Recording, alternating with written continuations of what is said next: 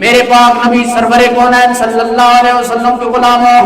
تاجدار مدینہ صلی اللہ تعالی علیہ وسلم پہ نازل ہونے والی کتاب قرآن مجید فرقان حمید کے اندر میرے اور آپ کے رب ذوالجلال کا فرمان، اللہ رب ذوالجلال اعلان فرماتا ہے، یا ایھا الناس قد جاءکم برہان من ربکم وانزلنا الیکم نورا مبینا۔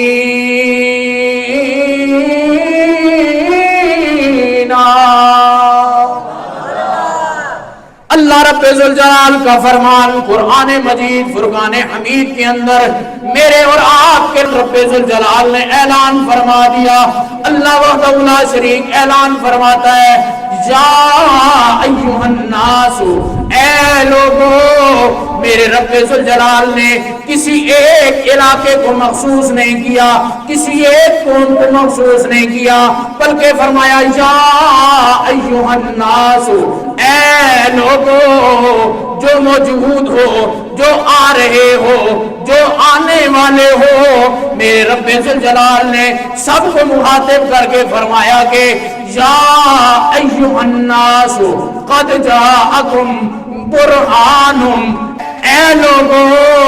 تمہارے پاس اللہ کی طرف سے ایک دلیل آ گئی،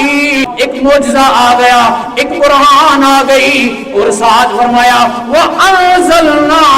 إِلَيْكُمْ نُورًا مُبِينًا، اور فرمایا کہ تمہارے پاس اللہ کی طرف سے ایک روشن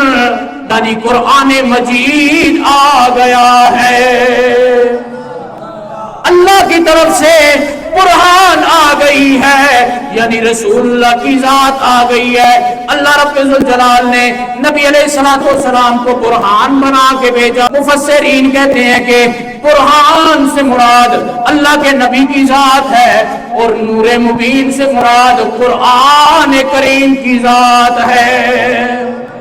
قرآن کی ذات ہے، نورم مبینہ۔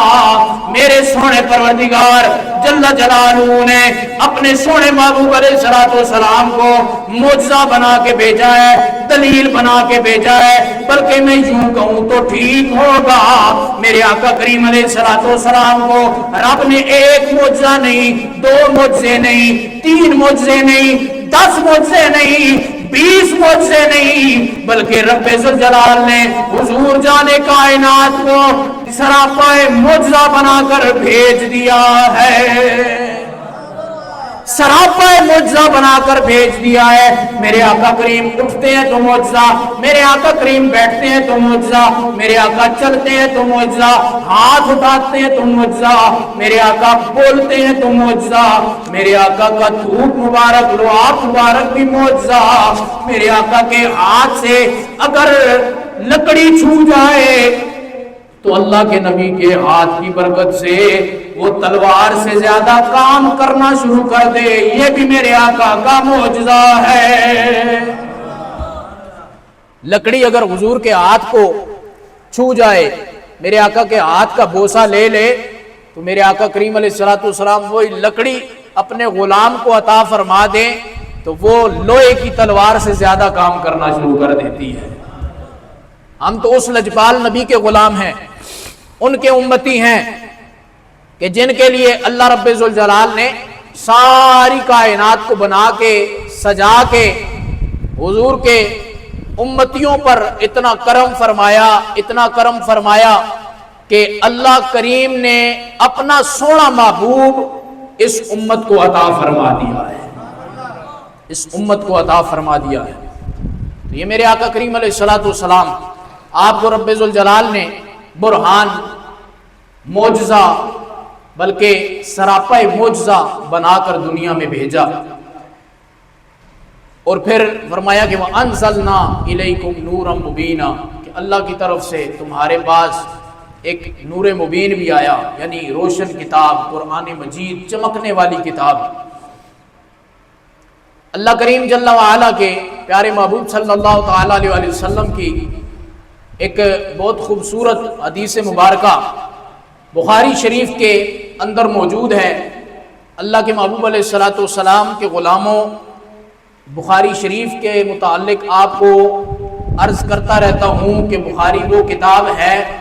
کہ جس کو قرآن مجید کے بعد رب نے سب سے بڑا مرتبہ عطا فرمایا ہے، اسے بخاری شریف کہا جاتا ہے، اسے بخاری شریف کہا جاتا ہے۔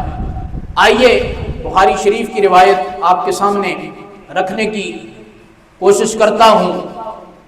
اور بخاری شریف کے اندر یہ روایت موجود، میرے اور آپ کے لجپال نبی علیہ الصلوۃ والسلام غزوہ خندق کے موقع پر حضور نبی کریم علیہ الصلوۃ والسلام کے پیٹ مبارک پر پتھر بندھے ہیں۔ آقا کریم علیہ الصلوۃ والسلام امت کے لیے یہ سبق ہے، امت کے لیے یہ صبر کی تلقین ہے کہ میری امت پر اگر مشکل وقت آ جائے تو امت صبر کرے۔ آقا کریم صلی اللہ تعالیٰ علیہ وسلم کے مبارک پیٹ پر پتھر بندھے ہوئے ہیں، اور لجپال نبی علیہ الصلوۃ والسلام کی بارگاہ میں آپ کے صحابی حضرت سیدنا جابر رضی اللہ تعالی عنہ آپ حاضر ہوتے ہیں اور دیکھتے ہیں کہ کریم لجپال نبی کی بارگاہ میں حاضر ہو کے ملاحظہ کیا کہ حضور نبی کریم علیہ الصلوۃ والسلام خود بھی